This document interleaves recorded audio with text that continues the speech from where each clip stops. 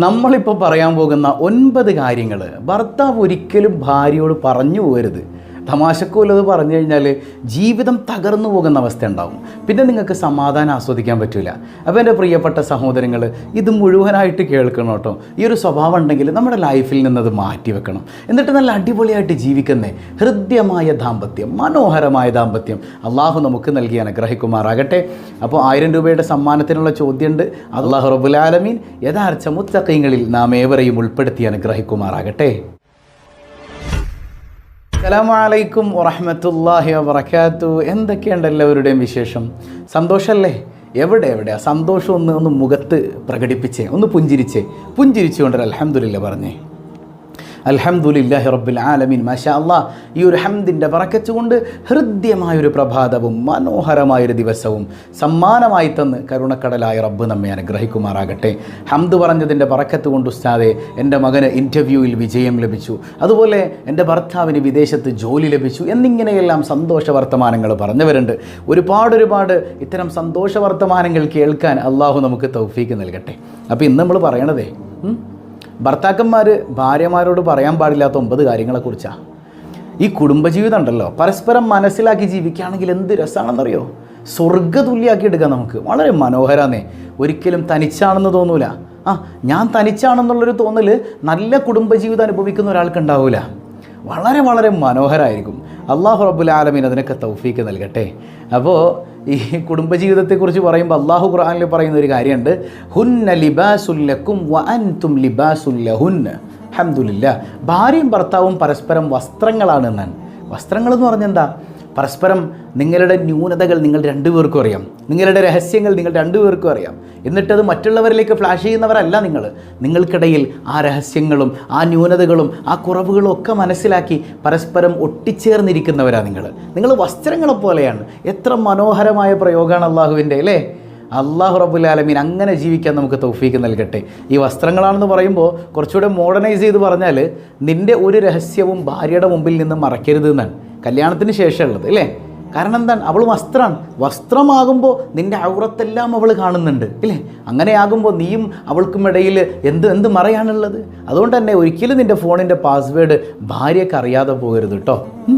ഭാര്യയ്ക്ക് ചില സങ്കടങ്ങൾ കണ്ടു, ഉസ്താദേ എൻ്റെ ഭർത്താവ് എനിക്ക് ഫുഡും കാര്യങ്ങളൊക്കെ തരുന്നുണ്ട്, എല്ലാം അടിപൊളിയാണ്, പക്ഷേ ഫോണിൻ്റെ പാസ്വേഡ് മാത്രം മൂപ്പര് തരൂല എന്നാണ്. അതെന്താ കൊടുക്കാത്തത്? അങ്ങനെ കൊടുക്കാതിരിക്കുമ്പോഴാണ് ഈ മനസ്സിൻ്റെ അകത്ത് പല പ്രശ്നങ്ങളുണ്ടാകുന്നത്, സംശയരോഗങ്ങൾക്കൊക്കെ കാരണമായി തീരുന്നത്. അപ്പോൾ ഈ ഹുന്ന ലിബാസുല്ലക്കും അൻതുൽ ലിബാസുല്ലഹുന്ന, നിങ്ങൾ പരസ്പരം വസ്ത്രങ്ങളാണ്. പരസ്പരം നിങ്ങൾ രണ്ടുപേരുടെയും ഫോൺ പാസ്വേഡുകൾ നിങ്ങൾക്ക് അറിയണമെന്ന് കൂടെ ഖുർആനും നമുക്ക് അർത്ഥം വെക്കാൻ പറ്റും. ഖുർആൻ കാലികമാണ്. 1400 കൊല്ലം മുമ്പുള്ള ആളുകൾക്ക് മാത്രമായിട്ട് ഇറക്കിയതല്ല ഖുർആൻ. ഖിയാമത്ത് നാൾ വരെ നമുക്കതിനെ കാലികമായിട്ട് ആശയം പറയാൻ പറ്റും എന്നുള്ളതാണ്. ഇരിക്കട്ടെ. അപ്പോൾ പരസ്പരം മനസ്സിലാക്കി ജീവിക്കാൻ അള്ളാഹു റബ്ബുൽ ആലമീൻ നമുക്ക് തൗഫീക്ക് നൽകട്ടെ. ഒരിക്കലേ അലി റളിയല്ലാഹു അൻഹുവിൻ്റെ അടുക്കൽ ഒരാൾ വരുന്നുണ്ട്. അലിയാരങ്ങളെ കുറച്ച് ദിവസം മുമ്പ് കല്യാണം കഴിഞ്ഞു, എന്താണ് എൻ്റെ കാര്യങ്ങളൊക്കെ എങ്ങനെയാണ്? ലൈഫൊന്ന് അടിപൊളിയാകാനായിട്ട് എന്താ ചെയ്യേണ്ടത്?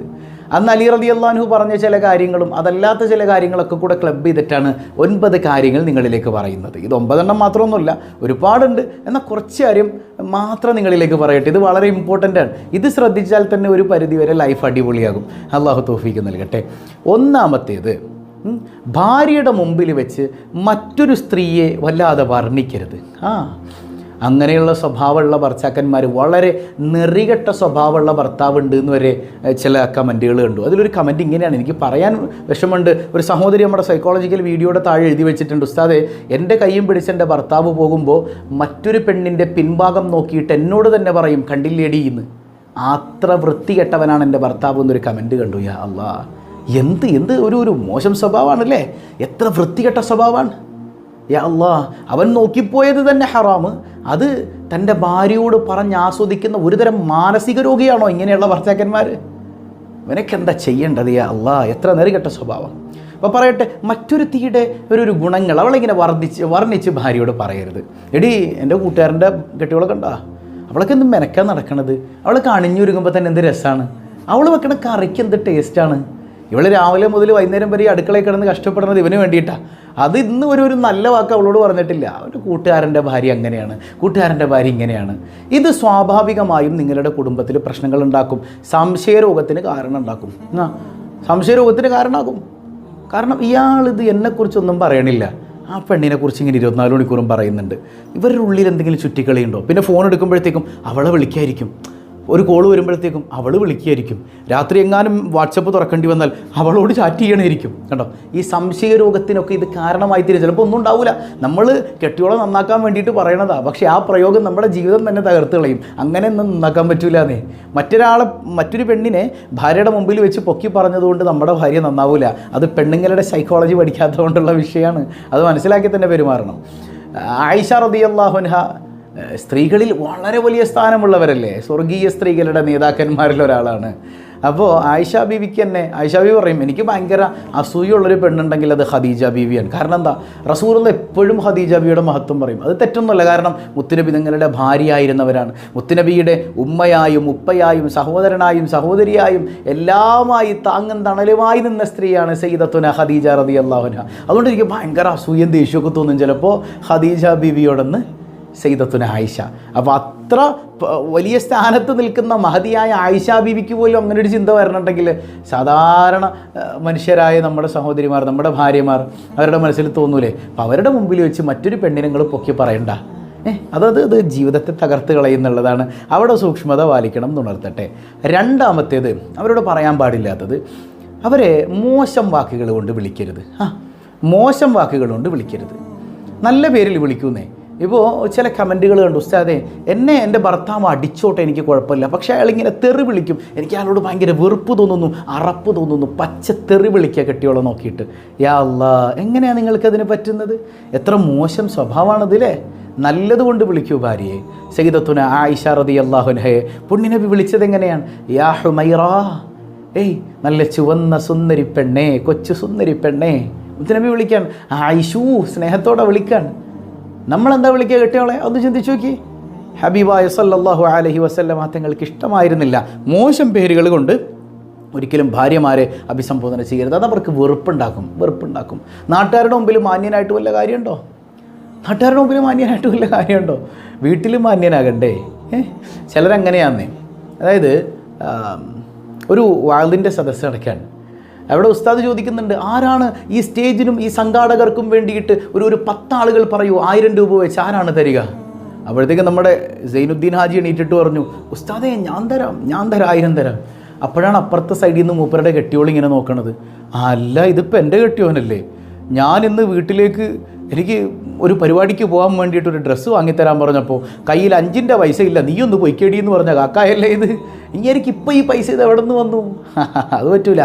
Charity begins at home. വീട്ടിൽ നിന്ന് തുടങ്ങണം സ്വതക്ക. പ്രിയപ്പെട്ടവരുടെ സന്തോഷം മനസ്സിലാക്കി പ്രവർത്തിക്കുന്ന ഭർത്താവാകണം. അവിടെ നിന്ന് തുടങ്ങണം സ്വതക്ക എന്നാണ്. നാട്ടുകാരുടെ മുമ്പിൽ നല്ലവനായിട്ട് കാര്യമില്ല, വീട്ടുകാരച്ചി പറയണം എൻ്റെ ഭർത്താവ് പക്കയാണെന്ന്, അവനാണ് നല്ല മനുഷ്യനെന്ന് മുഹമ്മദുർ റസൂലുള്ളാഹി സ്വല്ലല്ലാഹു അലൈഹി വസല്ലം.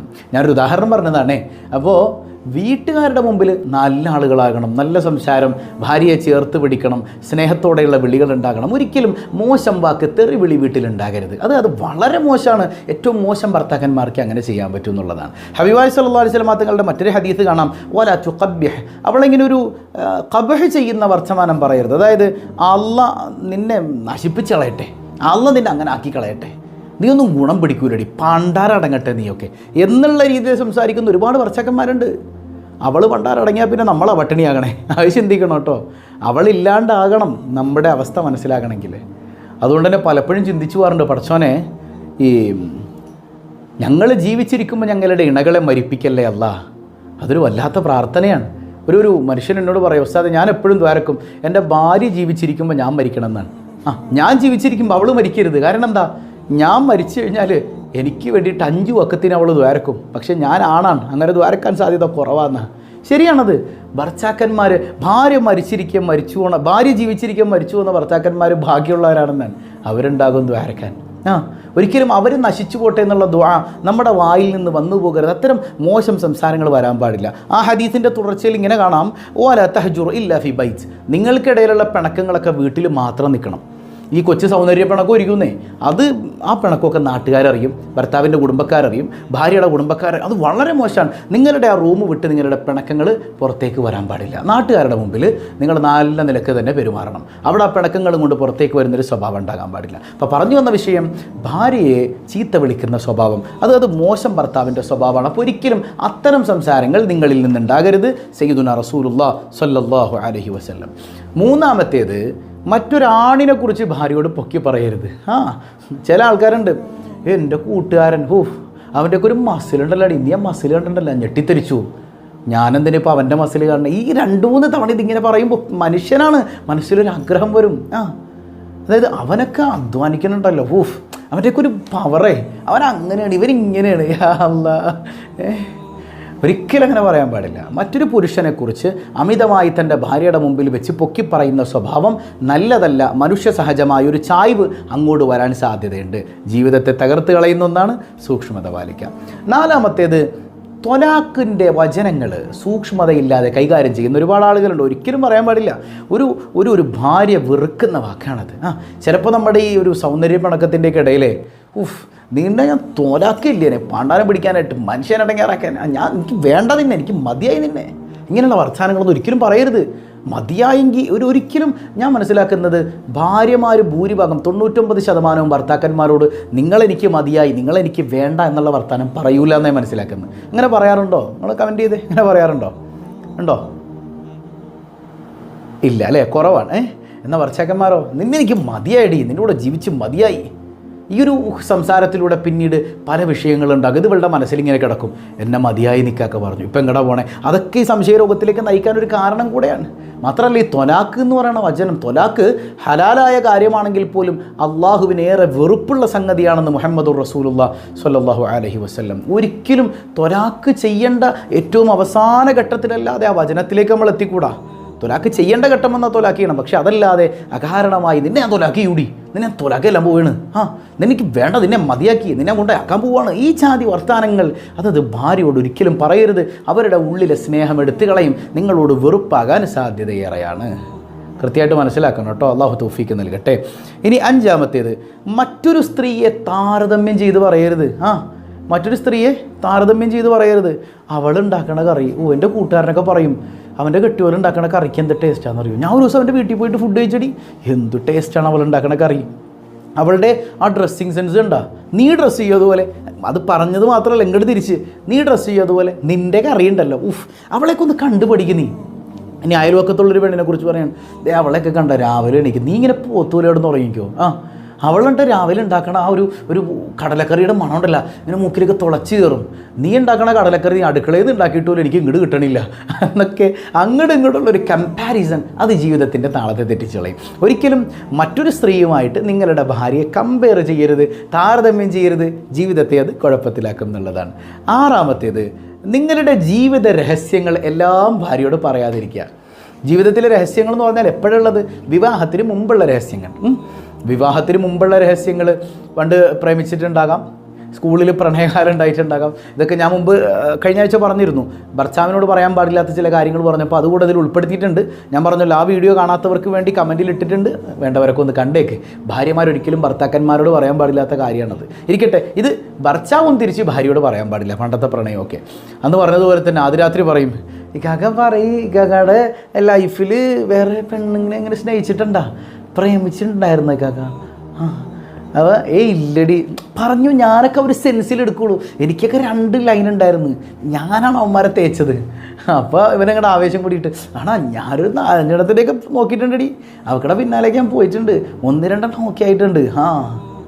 മതി, അപ്പം തന്നെ ഇവക്കടെ മുഖം മാറും. ഇപ്പം എനിക്ക് കിട്ടിയതൊരു സെക്കൻഡ് ഹാൻഡ് സാധനത്തിനാണ്. ഏതാണ് പിന്നെ ഇടയ്ക്ക് ചോദിക്കും, എന്തായിരുന്നു അവളുടെ പേര്? അത് അവളുടെ പേര് ആമിന എന്നായിരുന്നു. പിന്നെ ഈ അവൾ മരിക്കുവോളം ആ ആമിനാനെ മറക്കൂല. ഇവക്കടെ പേര് മറന്നാലും ആമിനയുടെ പേര് മറക്കൂല. വെല്ലുമ്മയായി 99 വയസ്സായി, സ്വന്തം പേര് പോലും മറന്നുപോയി.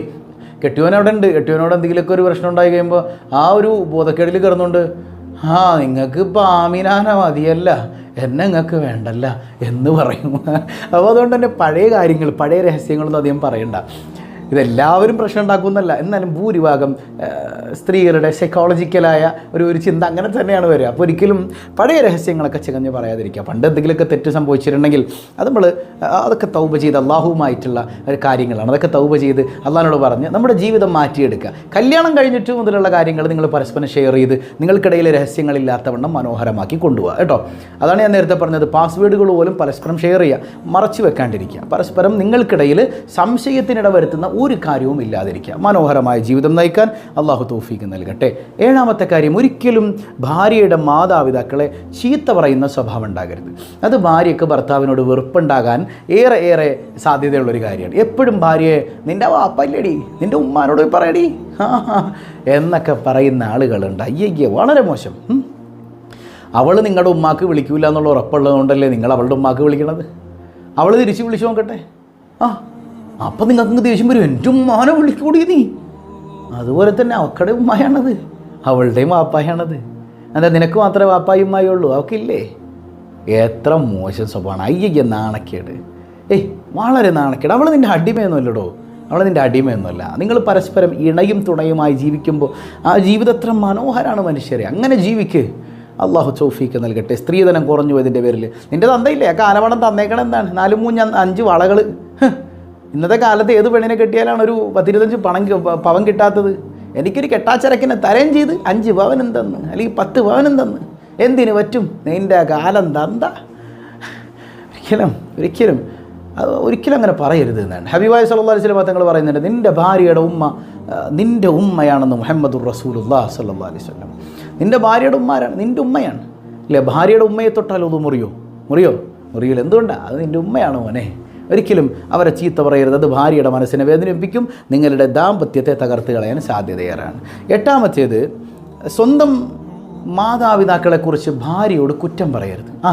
ഇവനങ്ങളുടെ സ്നേഹം മൂക്കുമ്പോഴേ എൻ്റെ ഉമ്മ ഉണ്ടല്ലോ അടി ഒരു കഥയാണ് എൻ്റെ ഉമ്മാനെക്കുറിച്ച് പറയാൻ. എൻ്റെ വാപ്പണ്ടല്ലോ അങ്ങനെയാണ് ഇങ്ങനെയാണ്. നിൻ്റെ മാതാപിതാക്കളെ കുറിച്ച് നിൻ്റെ ഭാര്യയോട് നീ കുറ്റം പറഞ്ഞു കൊടുത്താൽ പിന്നെ അവരെ വല്ല വില ഉണ്ടാവോ അവർക്ക്? പിന്നെ എപ്പോഴും പ്രശ്നങ്ങൾ തീർക്കാൻ ആദ്യം നീ വിചാരിക്കും അത് പനും മാനും ഒന്നിങ്ങനെ ഇടിച്ച് കൊടുത്തു കഴിഞ്ഞാൽ അവൾ അങ്ങനെ കൂടെ നിന്നോളും, മറ്റതാണ് മറിച്ചാണെന്നൊക്കെ നീ ചിന്തിക്കും. പക്ഷേ പിന്നീട് എന്ത് സംഭവിക്കുമെന്ന് വെച്ചാൽ പിന്നീട് ഇവരെ ഒരു വിലയില്ലാതെ ഭാര്യ മനസ്സിലാക്കും. അവർക്ക് പിന്നെ ഒരു വിലയും കൊടുക്കില്ല. ഉമ്മ പറയണത് ഒരു വിലയില്ലാതെയാകും, ബാപ്പ പറയുന്നതിന് വിലയില്ലാതാക്കും. പിന്നീട് നീ രണ്ടിൻ്റെ ഇടയിൽ കിടന്ന് 2 വഞ്ചിയിൽ കാല് വെച്ചതുപോലെ കിടന്ന് നീറിപ്പോകേണ്ട അവസ്ഥ ഉണ്ടാവും. അപ്പോൾ ഒരിക്കലും സ്വന്തം മാതാപിതാക്കളെ ഭാര്യയുടെ മുമ്പിൽ വെച്ച് കുറ്റം പറയരുത്. അത് തിരിച്ചു കിട്ടോ. ഭാര്യ അങ്ങനെ തന്നെ ഞാൻ പറഞ്ഞിട്ടുണ്ട്, നിങ്ങളുടെ വീട്ടിൽ നടക്കുന്ന എല്ലാ പ്രശ്നങ്ങളും ഭർത്താവിനോട് പറയണമെന്ന് ഒരു നിർബന്ധമില്ല. നിൻ്റെ വീട്ടിലെ കാര്യം അത് അവിടെ, ഈ ഭർത്താവ് നിൽക്കുന്ന വീട്ടിലെ കാര്യം ഭർത്താവിനോട് പറയാം. അവിടെ എന്തെങ്കിലുമൊക്കെ പ്രശ്നം ഉണ്ടായിട്ടുണ്ട്, വാപ്പായുമായി തമ്മിൽ പ്രശ്നം ഉണ്ടായിട്ടുണ്ട്, അതൊക്കെ നീ ഭർത്താവിൻ്റെ മുമ്പിൽ കൊണ്ടൊന്ന് അവതരിപ്പിക്കരുത്. അത് അവർക്ക് വിലയില്ലാതെ ആയിക്കളയും. മനസ്സിലാവണ്ടോ? സൂക്ഷ്മത പാലിക്കാം. 9ാമത്തേത്, എന്ത് ചെയ്താലും ഒരു കുറ്റം പറയുന്ന സ്വഭാവം നിങ്ങളിൽ ഉണ്ടാകരുത്. കെട്ടിയോളിപ്പോൾ കഷ്ടപ്പെട്ട് എന്തെങ്കിലുമൊക്കെ ഫുഡ് ഉണ്ടാക്കി കൊണ്ടുവന്ന് വെക്കായിരിക്കും. അവളിങ്ങനെ അടുത്ത് നിൽപ്പുണ്ടാവും. അവളിങ്ങനെ അടുത്ത് നിൽപ്പുണ്ടാവും. എന്തിനാണ് നിൽക്കണേന്നറിയോ? നിങ്ങളതിങ്ങനെ കഴിച്ചിട്ട് ഒരു വാക്ക് പറയാൻ വേണ്ടിയിട്ടാണ്. ഇതിങ്ങനെ വായിൽ വെക്കുമ്പോൾ തന്നെ ഉപ്പ് കുറവുണ്ട്, അല്ലെങ്കിൽ എരിവിച്ചിരി കൂടുതലാണ്, മസാലപ്പൊടിയൊന്നും ശരിയായിട്ടില്ല, ഇത് തന്നെ എന്നും പറഞ്ഞാൽ ആ മനസ്സിലൊരു സ്നേഹം ഉണ്ടാവില്ല മക്കളെ. ഒരു സ്നേഹം ഉണ്ടാവില്ല ഒരിക്കലും. അങ്ങനെയല്ല. ഇച്ചിരി ഉപ്പ് കുറഞ്ഞാലും സാരമില്ല. നമ്മുടെ മുഖത്ത് ആ ഒരു എക്സ്പ്രഷൻ കാണാൻ വേണ്ടി കൊതിച്ചിരിക്കുമായിരിക്കും അവർ. അതിങ്ങനെ കഴിക്കുമ്പോൾ മാഷാ എന്ത് രസമാണ്, അടിപൊളിയായിട്ടുണ്ട് കേട്ടോ. ആ ഒരു അടിപൊളിയാണെന്ന് പറയുന്നത് അതൊരു എന്ത് രസമാണെന്ന് അറിയാം. അവരത് വല്ലാതെ ആഗ്രഹിക്കും. ഞാനത് എക്സ്പീരിയൻസ് ചെയ്തിട്ടുണ്ട്. എങ്ങനെയാണെന്ന് വെച്ചാൽ ഞാനൊന്ന് ട്രൈ ചെയ്ത് നോക്കി. ഇടയ്ക്ക് ഞാൻ അടുക്കളയിൽ കയറാറുണ്ട്. അപ്പോൾ ഞാൻ മുമ്പ് നിങ്ങളോട് പറഞ്ഞിട്ടുണ്ടെന്നാണ് ഞാൻ വിചാരിക്കുന്നത്. ഞാനിങ്ങനെ അടുക്കളയിൽ കയറി ഫുഡ് ഉണ്ടാക്കി. ഒരിക്കലും ബിരിയാണിയോ കബ്സയോ എന്താണെന്ന് തോന്നുന്നു. അത് ഉണ്ടാക്കിയിട്ട് ഞാനിങ്ങനെ വൈഫിന് കൊടുത്തു. ഒരുമിച്ചിരുന്ന് കഴിക്കുകയാണ്. മാഷാ അല്ലാഹ്. അപ്പോൾ കഴിക്കുന്നതിനിടയിൽ ചോദിച്ചില്ല, ഞാനിങ്ങനെ നോക്കിയിരിക്കുകയാണ്. ഇവൾ ആദ്യത്തെ പിടി വെച്ചിട്ട് പറയുമല്ലോ, ഞാനിങ്ങനെ ഒരു പതിവ് എനിക്കുള്ളത് കൊണ്ട് തിരിച്ചങ്ങനെ പ്രതീക്ഷിച്ചു. അപ്പോൾ ആദ്യത്തെ പിടി വായിലേക്ക് വെച്ച ഉടൻ തന്നെ കക എന്ത് ടേസ്റ്റ്, അടിപൊളിയാണെന്ന് പറഞ്ഞു. അടിപൊളിയാട്ടോ മാഷാ അല്ലാഹ്, അടിപൊളിയാണ്. ഇത് കേട്ടപ്പോൾ എനിക്ക് വന്നൊരു സന്തോഷം ഉണ്ടല്ലോ. അപ്പോൾ ഞാനിങ്ങനെ ചിന്തിക്കുകയാണ്, നമ്മുടെ പ്രിയപ്പെട്ടവൾ ഈ ഒരു സംസാരം കേൾക്കാൻ എത്ര കൊതിക്കുന്നുണ്ടാവും, എത്രമാത്രം കഷ്ടപ്പെടുന്നുണ്ടാവും. നമ്മൾ കൊല്ലത്തിൽ ഒരിക്കലും അങ്ങനെ അടുക്കളയിൽ കയറിയിട്ട് ഈ ഫുഡ് ഉണ്ടാക്കിയതിൻ്റെ പേരിൽ ഇത് കൊതിക്കുമ്പോൾ നമുക്കിപ്പോഴും ഈ 3 നേരവും വെച്ചുണ്ടാക്കി തരുന്ന ഇവരെത്രത്തോളം അത് ആഗ്രഹിക്കുന്നുണ്ട്. അതൊരു പവറാണ്. ആ ഒരു ബിരിയാണിക്ക് എനിക്ക് കിട്ടിയ പ്രോത്സാഹനം പിന്നീട് ഇടയ്ക്കിടയ്ക്ക് ബിരിയാണി ഉണ്ടാക്കാൻ എന്നെ പ്രേരിപ്പിച്ചിട്ടുണ്ട് എന്നുള്ളതാണ്. മനസ്സിലാവുന്നുണ്ടോ? അത് മാത്രമല്ല ആ ഒരു പറച്ചിൽ, അതിങ്ങനെ പറഞ്ഞപ്പോൾ ഞാൻ ഇടയ്ക്ക് ഫുഡ് 1-2 പിടി കഴിച്ച് കഴിയുമ്പോൾ ഞാൻ ഇങ്ങനെ ചോദിക്കും വെറുതെ, ഒരു ഉഷാറില്ലല്ലേ, എങ്ങനെയുണ്ട്, എനിക്ക് ഇഷ്ടമായി ശരിക്കും.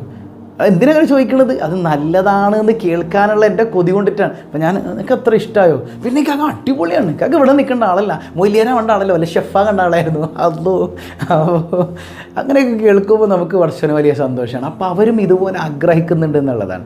നല്ലത് പറയാം, ഈ കുറ്റപ്പെടുത്തലുകളൊക്കെ വേണ്ട.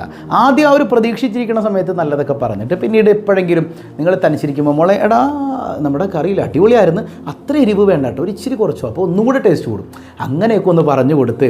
അവർ നമ്മൾ അടിമയൊന്നുമല്ലല്ലോ, അവർ നമുക്ക് വെച്ചുണ്ടാക്കി തരുന്നത് അത് ബാധ്യതയായിട്ട് കൊണ്ടൊന്നുമല്ല, അവർക്ക് അങ്ങനെ ഒരു ബാധ്യതയില്ല. മനസ്സിലാകുന്നുണ്ടോ? അത് അവരുടെ സേവന മനോഭാവമാണ്, സ്നേഹത്തിൻ്റെ ഭാഗമാണ്, അത് അത്രയേ ഉള്ളൂ. അല്ലാതെ അവൾ പറയണം എനിക്കിപ്പോൾ ഒരു ജോലിക്കാരിയെ വേണം എന്ന് പറഞ്ഞാൽ വെച്ചു കൊടുക്കൽ നിർബന്ധമാണ്. അല്ലാതെ ഭർത്താവിൻ്റെ വസ്ത്രം അലക്കി കൊടുക്കണം, ഭർത്താവിന് ഫുഡ് ഉണ്ടാക്കി കൊടുക്കണം, ഒരു നിർബന്ധവും ഇസ്ലാമിലില്ല. മനസ്സിലാവുന്നുണ്ടോ? അവരുടെ സേവന മനോഭാവമാണത്. അപ്പോൾ അതുകൊണ്ട് തന്നെ നമ്മൾ പരസ്പരം സപ്പോർട്ട് ചെയ്ത് കൊടുക്കുക. അപ്പോൾ ഈ പറഞ്ഞ 9 കാര്യങ്ങൾ ഭർത്താക്കന്മാരെ ഭാര്യമാരോട് പറയല്ലേ, പറഞ്ഞാൽ ജീവിതം അവതാളത്തിലാകും എന്നുള്ളതാണ്. സൂക്ഷ്മത പാലിച്ച് ജീവിക്കാൻ അള്ളാഹു തൗഫീഖ് നൽകട്ടെ. അപ്പോൾ ഇന്നത്തെ ചോദ്യം ഇതാണ്: മഹാനായ ഖലീലുല്ലാഹി ഇബ്രാഹിം നബി അലൈഹിസ്സലാമിൻ്റെ ആദ്യ ഭാര്യയുടെ പേരെന്താണ്? കമൻറ്റ് ചെയ്യുക കേട്ടോ. അള്ളാഹു ബറക്കത്ത് ചെയ്യട്ടെ. പതിവായി ചൊല്ലുന്ന ദിക്ർ സുബ്ഹാനല്ലാഹി വബിഹംദിഹി عدد خلقه ورضا نفسه وزنة عرشه ومداد كلماته سبحان الله وبحمده عدد خلقه ورضا نفسه وزنة عرشه ومداد كلماته سبحان الله وبحمده عدد خلقه ورضا نفسه وزنة عرشه ومداد كلماته الحمد لله رب العالمين اللهم صل على سيدنا محمد وعلى آل سيدنا محمد അർഹമുറാഹിമായ കരുണക്കടലായ റബ്ബേ, ഈ സദസ്സ് നീ സ്വീകരിക്കണയല്ല. ഈ സ്വബാഹുൽ ഖൈർ കുടുംബത്തെ സ്നേഹിക്കുന്നവരെ നീ സ്നേഹിക്കണയല്ല. ഇത് മറ്റുള്ളവരിലേക്ക് പങ്കുവെക്കുന്ന ഇതിൻ്റെ അഹ്ലുകാർ, ഇതിൻ്റെ പിന്നണി പ്രവർത്തകർ എല്ലാവരെയും നീ അനുഗ്രഹിക്കണയല്ല. അർഹമുറാഹിമായ റബ്ബേ, ഞങ്ങളുടെ കുടുംബങ്ങളിൽ സമാധാനം നൽകണയല്ല. പരസ്പരം മനസ്സിലാക്കി ജീവിക്കാൻ തൗഫീക്ക് നൽകണയല്ല. ഇണക്കങ്ങളും പിണക്കങ്ങളുമൊക്കെയായി സന്തോഷകരമായ ദാമ്പത്യം ആസ്വദിക്കാൻ ഞങ്ങൾക്ക് തൗഫീക്ക് നൽകണയല്ല. പിണക്കത്തേക്കാൾ കവിഞ്ഞ ഇണക്കച്ചിൽ ജീവിതം മുൻപോട്ട് കൊണ്ടുപോകാൻ തൗഫീക്ക് നൽകണയല്ല. മാരകമായ വിപച്ചികൾ ജീവിതത്തിൽ സംഭവിച്ചവരുണ്ട്, നീ സമാധാനം നൽകണയല്ല. മാരക രോഗങ്ങളിൽ നിന്ന് മുക്തി നൽകണയല്ല. പ്രയാസങ്ങളിൽ നിന്ന് കാവൽ നൽകണയല്ല. കണ്ണേറുകൾ സിഹറുകളിൽ നിന്ന് കാവൽ നൽകണേ ചമ്പുരാനെ. പടച്ചവനെ, പൊന്നുമക്കളെ നേർവഴിയിൽ നടത്തണയല്ല. പലരും പറയുന്നുണ്ട് ഉസ്താദേ, ഭർത്താക്കന്മാർ നിസ്കരിക്കുന്നില്ല, കള്ളുകുടിയന്മാരാണ്. അള്ളാഹുവെ, എല്ലാവരെയും നീ നേർവഴിയിൽ നടത്തണയല്ല, ഇബാദത്തുള്ളവരാക്കണയല്ല. വീടില്ലാതെ വിഷമിക്കുന്നവർക്ക് ഹൈറായ ഭവനം നൽകണയല്ല. മക്കളില്ലാതെ പൊട്ടിക്കരയുന്നവർ സ്വാലിഹീങ്ങളായ സന്താനങ്ങളെ നൽകണയല്ല. പ്രിയപ്പെട്ട ഗർഭിണികളായ സഹോദരികൾക്ക് സുഖപ്രസവം നൽകണയല്ല. റഹമുറാഹിമായ റബ്ബേ, പടച്ചവനെ, ഹജ്ജിന് വേണ്ടി പുറപ്പെടുന്ന ഞങ്ങളുടെ പ്രിയപ്പെട്ട സഹോദരങ്ങൾ അമലുകളെല്ലാം ഭംഗിയായി പൂർത്തിയാക്കാൻ നല്ല ആഫിയത്ത് നൽകണയല്ല. ഞങ്ങളിലേക്ക് തിരിച്ചെത്താൻ നീ തൗഫീക്ക് നൽകണയല്ല. സ്വീകരിക്കപ്പെടുന്ന ഹജ്ജ് ഉംറയും സിയാറത്തുമാക്കണേ ചമ്പുരാനെ. അർഹമുറാഹിമായ കരുണക്കടലായ കരുണാവാരിധിയായ റബ്ബേ, പടച്ചവനെ, കടം കൊണ്ട് വലയുന്നവരുടെ കടങ്ങൾ വീട്ടണയല്ല. ജോലിയില്ലാതെ വിഷമിക്കുന്നവർക്ക് ഹൈറായ ജോലി നൽകണയല്ല. ഉള്ള തൊഴിലിൽ ഞങ്ങൾക്കും പ്രിയപ്പെട്ട പ്രവാസികൾക്കും ഒക്കെ നീ ബറക്കത്ത് ചെയ്യണേ അല്ലാ. ഞങ്ങളിൽ നിന്ന് മൺമറഞ്ഞവർക്ക് മഗ്ഫിറത്ത് നൽകണയല്ല. എപ്പോഴാണ് മരിക്കുന്നതെന്നറിയില്ല റബ്ബേ, ഈമാനെ സലാമത്താക്കണേ അല്ല. ഞങ്ങളെയും ഞങ്ങളിൽ നിന്ന് വിട പറഞ്ഞവരെയും പ്രത്യേകിച്ച് സ്വബാഹുൽ ഖൈർ കുടുംബത്തിലെ ഓരോരുത്തരെയും കുടുംബസമേതം ആരംഭപ്പൂവായ റസൂലുള്ളാഹി സ്വല്ലല്ലാഹു അലൈഹി വസല്ലമ തങ്ങളോടൊപ്പം നിന്റെ സുന്ദരമായ സ്വർഗീയ ലോകത്ത് നീ ഒരുമിപ്പിക്കണേ അല്ലാ. ബിഹഖി സ്വല്ലല്ലാഹു അലാ മുഹമ്മദ് സ്വല്ലല്ലാഹു അലൈഹി വസല്ലം. സ്വല്ലല്ലാഹു അലാ മുഹമ്മദ് സ്വല്ലല്ലാഹു അലൈഹി വസല്ലം. അല്ലാഹുമ്മ സ്വല്ലി അലാ മുഹമ്മദ് യാ റബ്ബി സ്വല്ലി അലൈഹി വസല്ലം. വസ്സലാമു അലൈക്കും വറഹ്മത്തുള്ളാഹി വബറകാതുഹു.